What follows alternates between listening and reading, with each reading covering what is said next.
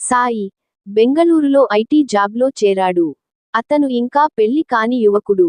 ప్రతిరోజు ఉదయం లేచి జిమ్లో వర్కౌట్ చేసి ఆఫీస్కి వెళ్లడం అతని రొటీన్. అపార్ట్మెంట్లో ఒంటరిగా ఉంటాడు. బిజీ షెడ్యూల్ వల్ల ఇంటి పనుల కోసం ఒక పనిమనిషిని పెట్టుకున్నాడు. ఆమె పేరు లక్ష్మి, అపార్ట్మెంట్ సెక్యూరిటీ గార్డ్ భార్య. లక్ష్మి సాయి ఆఫీస్కి వెళ్లిన తర్వాత వచ్చి ఇంటి పనులు పూర్తి చేసి తాళం వేసి వెళ్లేది. ఒక ఆదివారం సాయి కాస్త లేటుగా లేచాడు. ఆఫీస్ లేని రోజు కావడంతో అతను ఎక్కువసేపు వర్కౌట్ చేస్తున్నాడు. అదే సమయంలో డూప్లికేట్ కీతో లక్ష్మి ఇంట్లోకి వచ్చింది. సాయి నీలం రంగు టీ షర్ట్లో చెమటతో మెరిసే దృఢమైన శరీరంతో కనిపించాడు. లక్ష్మి అతని ఆకర్షణీయమైన రూపాన్ని చూసి కళ్ళార్పకుండా చూస్తూ నిలబడిపోయింది. ఆమెకు పెళ్లై 8 సంవత్సరాలు అయింది. 2 పిల్లలు గ్రామంలో ఉన్నారు. లక్ష్మి గోధుమ రంగు చర్మంతో, పొడవైన కురులతో, సన్నని నడుముతో అందంగా ఉంటుంది. ఆమె పెదవులు ఎర్రగా మెరుస్తాయి, కళ్ళు ఆకర్షణీయంగా ఉంటాయి. అపార్ట్మెంట్లో ఆమె అందానికి అందరూ ఆకర్షితులవుతారు. సాయి ఆమెను చూసి, లక్ష్మి, ఏంటి ఇలా చూస్తున్నావు? అని అడిగాడు. ఆమె సిగ్గుతో నవ్వి, ఏమీ లేదు, నీవు చాలా ఫిట్గా, ఆకర్షణీయంగా ఉన్నావు అంది. సాయి నవ్వుతూ, అబ్బో, థాంక్స్.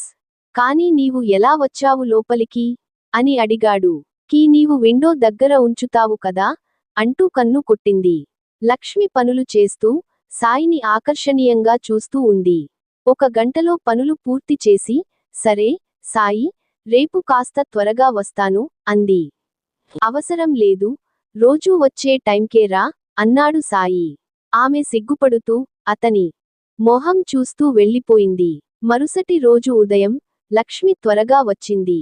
సాయి ఇయర్ ఫోన్స్తో వర్కౌట్ చేస్తున్నాడు.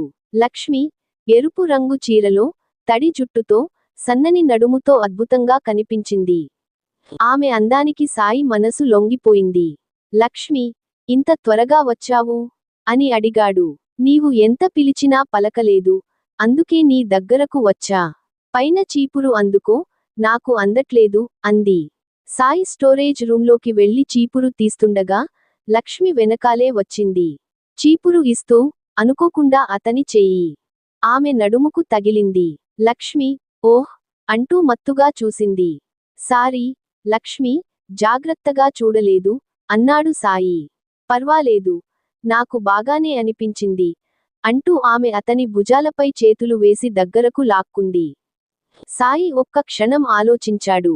ఆమెకు పెళ్లైంది, ఇది తప్పు అని అనుకున్నాడు.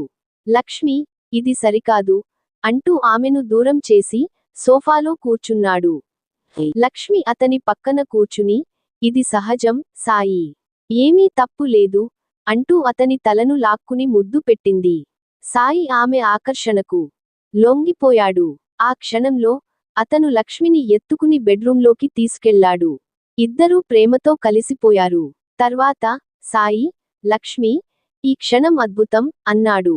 కానీ లక్ష్మి నవ్వుతూ, సాయి, నాకు ₹1,00,000 ఇవ్వు, లేకపోతే ఈ విషయానికి బయటకు చెబుతా అంది. సాయి షాక్ అయ్యాడు. ఏంటి? అని అడిగాడు. ఇది నా ప్లాన్, నీవు నా అందానికి లొంగిపోతావని తెలుసు అంది ఆమె. సాయి భయపడ్డాడు. తన పొదుపు నుంచి డబ్బులు ఇచ్చేశాడు. తను చేసింది తప్పని బాధపడ్డాడు. ఇకపై ఇలాంటి తప్పు చేయను, నా భార్యతో మాత్రమే ఇలాంటి సంబంధం ఉంటుంది అని నిర్ణయించుకున్నాడు.